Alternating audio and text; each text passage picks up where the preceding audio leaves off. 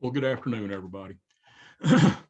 Today, I want to bring this one little message. It's probably going to be on the short side, but I think it's going to be very important for us to understand a few things. So, with the presidential election going on, we had the election, 3 days ago, uh, 2 days ago, I guess, and it still hadn't been decided.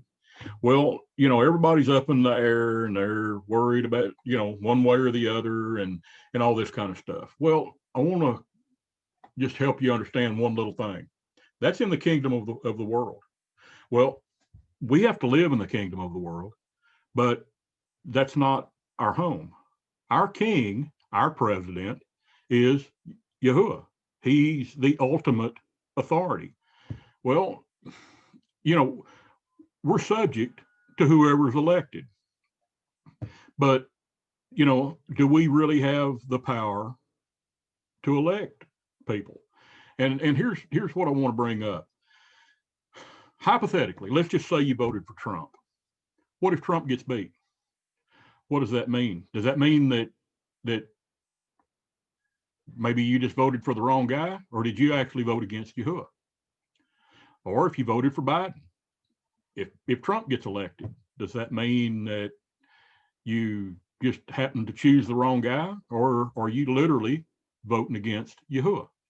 Well, see, I believe that you're voting against Yahuwah.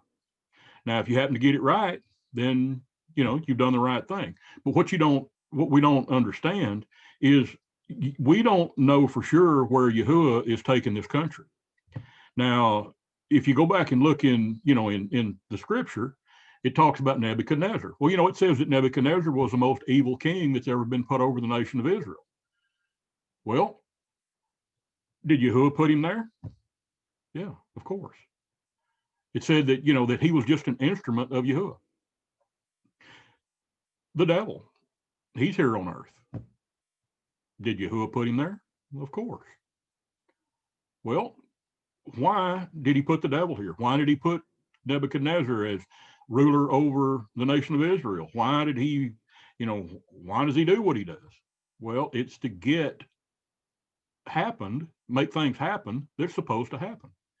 Now, if everything is a bed of roses and we rock along and everybody's happy and nobody's upset and everything's going great, then, then the scripture can't be right, because, the scripture talks about being divisions between father and son, mother and daughter, between brothers, between, family members. The scripture talked, Yahusha, he said he didn't, he came, to divide, well, what he's talking about, he came to divide between the nation, or between the kingdom of the man and the kingdom of Yahuwah. So, he is the dividing point. So you choose, we all have a choice. Do we choose to go with the kingdom of Yahuwah, or do we choose to go with the kingdom of man? So let's look at something right quick. I want to go to Romans chapter 13. And it says that everyone must submit himself to the governing authorities, for there is no authority except that which is from Elohim. The authorities that exist have been appointed by Elohim. Now, wait a minute. Didn't we just vote? Didn't the people, aren't the people electing the right guy, the guy that's going to be elected? Well, no. It's all smoke and mirrors. It's all a big dog and pony show. We don't elect people. Yahuwah appoints them. Yahuwah puts him there. It says right there in the scripture. So there is no authority that's not from Yahuwah. And the authorities that exist have been appointed by Yahuwah. Consequently, whoever resists authority is opposing what Elohim has set in place. Yahuwah himself has set these people in place. And those who do so are bringing judgment on themselves. So we want to get out and we want to march in the streets and say, you elected the wrong guy. It's not the one I wanted. Well, you're marching against Yahuwah. Yahuwah put him there. Irregardless whether he's good or bad, Yahuwah put him there. or whether, regardless of whether you or I think he's good or bad. Okay. Verse 3, it says, for rulers are not a terror to good conduct, but to bad. Now, the terror here is in opposition to, or, to be fearsome, I guess. Okay, now the word good, you have to go back and you have to look. Now, what does the word good mean? So it's not what we think. It's not according to what we think. So what's good for us is not necessarily what we think is good.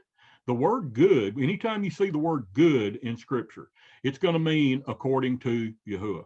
Because you know that Yahusha said, call no man good, because there's only one that is good. Well, in that case, it's, the word good has to be according to Yahuwah. So if you want to look at this, it says, for rulers are not a terror to, according to Yahuwah and his conduct, but to bad. So if you don't want to follow the ruler, if you want to, go against the ruler, then, you're going against Yahuwah here, because that is his way of getting the country, getting the people into the position where things have to happen. Okay, it says, do you want to be unafraid of the one in authority? Then do what is right. Now, what is right? It's according to what Yahuwah says, and you will have Yahuwah's approval. For you'll have his approval, Yahuwah's approval, but I think what it's saying there is you'll have the king or the authority's approval. For he is Yahuwah's servant for your good. But if you're wrong, be afraid, for he does not carry the sword in vain. He is Yahuwah's servant, an agent of retribution and of the wrongdoer.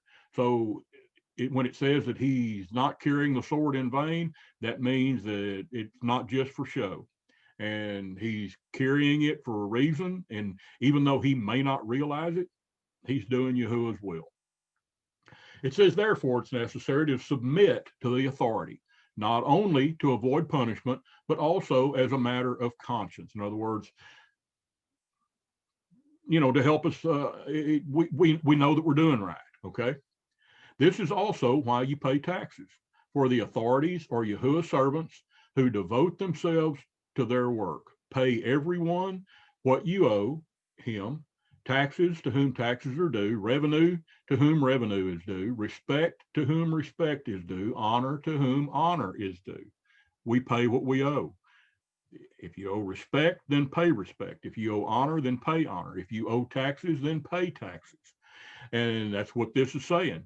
Now, we have to operate in the kingdom of the world, because as long as we're in the flesh, we will operate in the kingdom of the world. But our spirit is in the kingdom of Yahuwah. Now, if you want to get all bent out of shape and worry about the president election and worry about who's going to be our next president or who's going to be our next congressman or senator or whatever, your flesh is in the world, but now so is your spirit. Okay? So what you want is your spirit in the kingdom of Yahuwah, and you want your flesh as close to the kingdom of Yahuwah as you can get it, but we have to live in the kingdom of the world. Okay? Now, let's go to 1Peter 2, starting in 13. This basically says a lot the same thing. It says, submit yourself to Yahuwah's sake for every human institution, whether to the king as the supreme authority or to governors as to those sent by him to punish those who do wrong and to praise those who do right.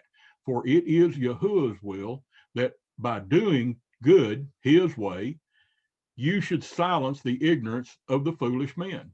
Now, so again, he's saying that we have to submit to whoever our authorities are, okay?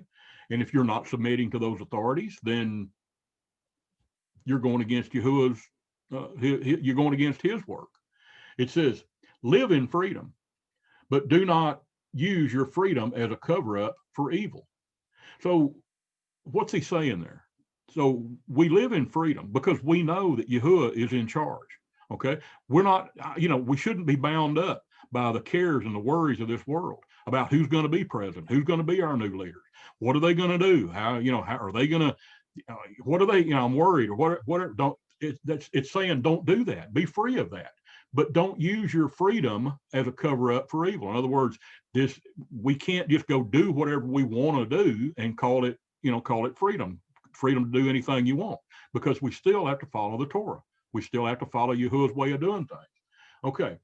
Live as servants of Yahuwah. Treat everyone with high regard. Love the brotherhood of believers. Fear Yahuwah and honor the king. Pretty simple. Servants, submit yourselves to your master with all respect, not only to those who are good and gentle, but even to those who are unreasonable.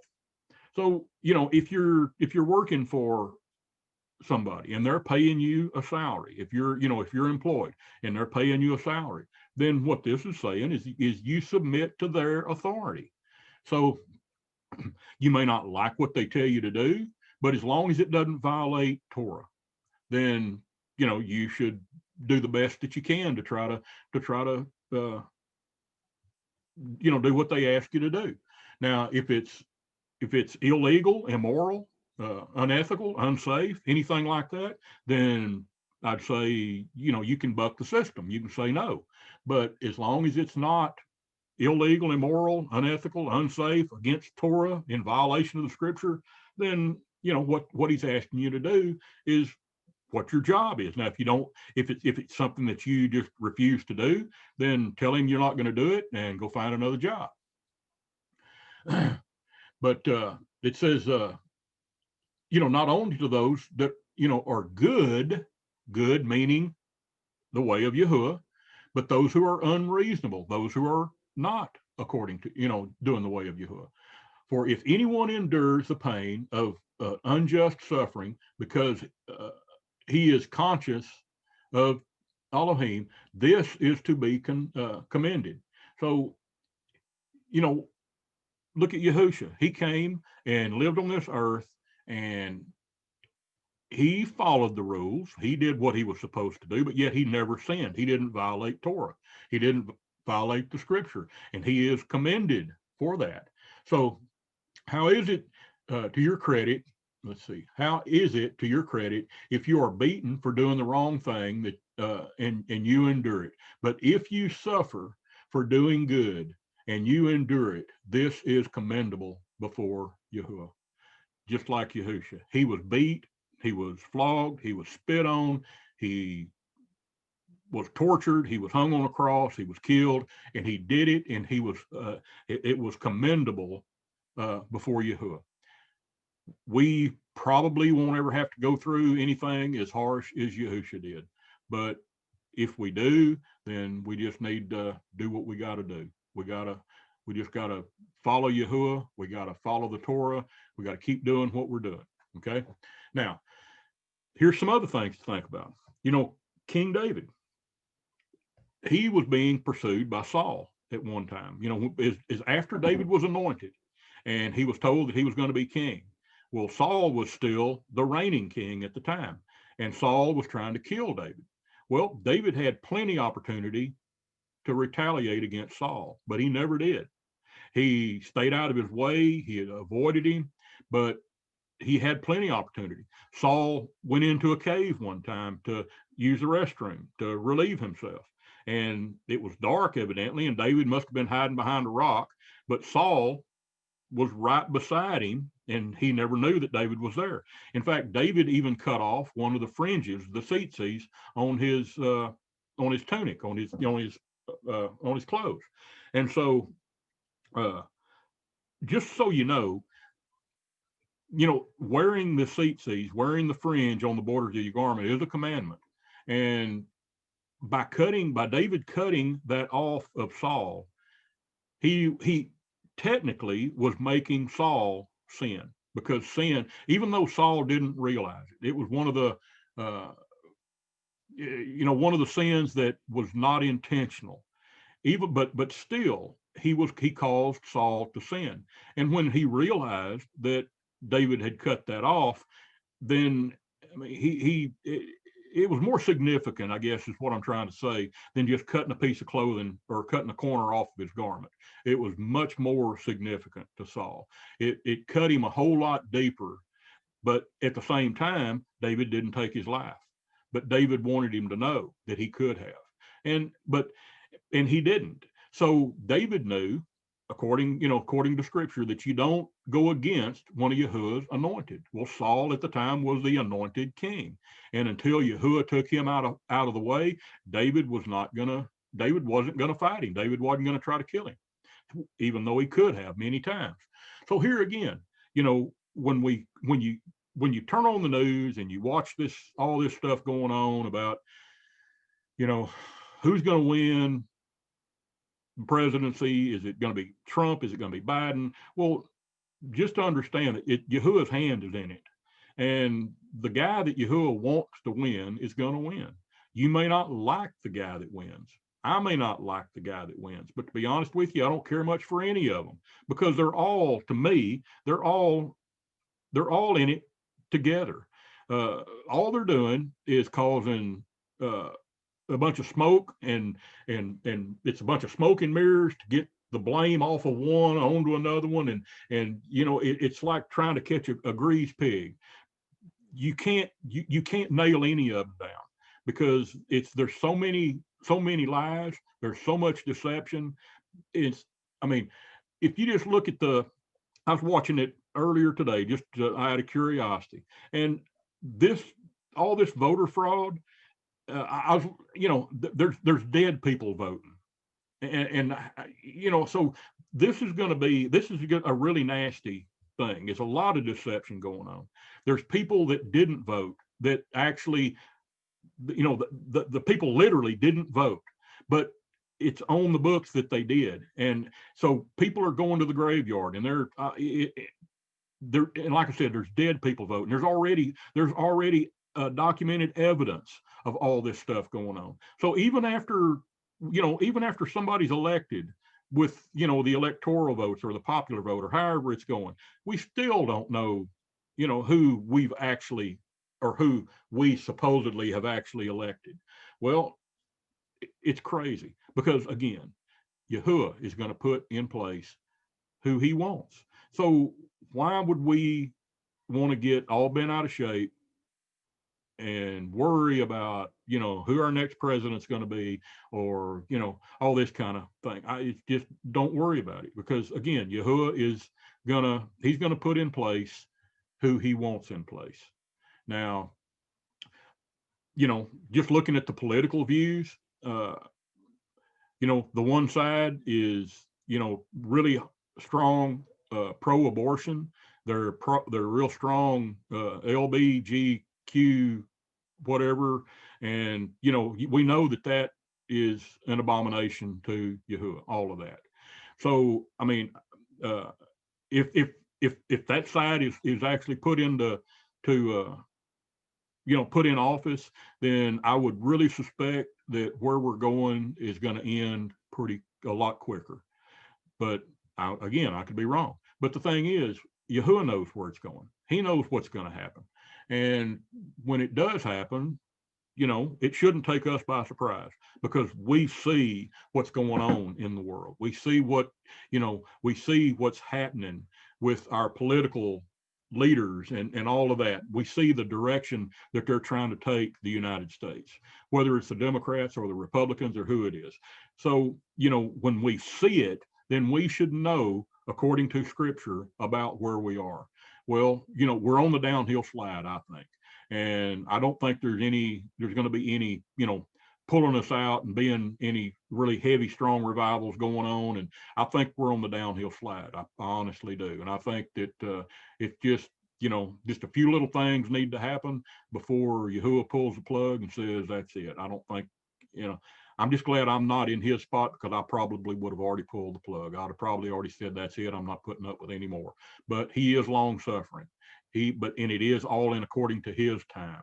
He's not slack he's not slow. It's according to his exact timing. And so we just need to be cognizant of that. We need to be aware that he's working, that he's doing what he's supposed to be doing. So just trust Yahuwah, don't trust man, and we'll hopefully get through this on the other side, and Yahuwah will actually be our supreme leader, and we won't have to worry about all this other political stuff. So hope this helps free up some of your thoughts and some of your thinking. And I know that when I stopped being angry when watching the news, and I just basically quit watching the news, and I quit being involved, because I come to the realization that I have nothing to do with that. That's in the kingdom of the world. It's in man's kingdom, and I don't want to operate there. I want to stay out of it as much as I can. So anyway, it'll sure help you. It'll help you. It'll help relieve a lot of stress and a lot of tension and things that you don't need to have, you shouldn't have to put up with. So I'll leave you with that, and hope you have a great night, and we'll catch you on the next meeting. Thank you.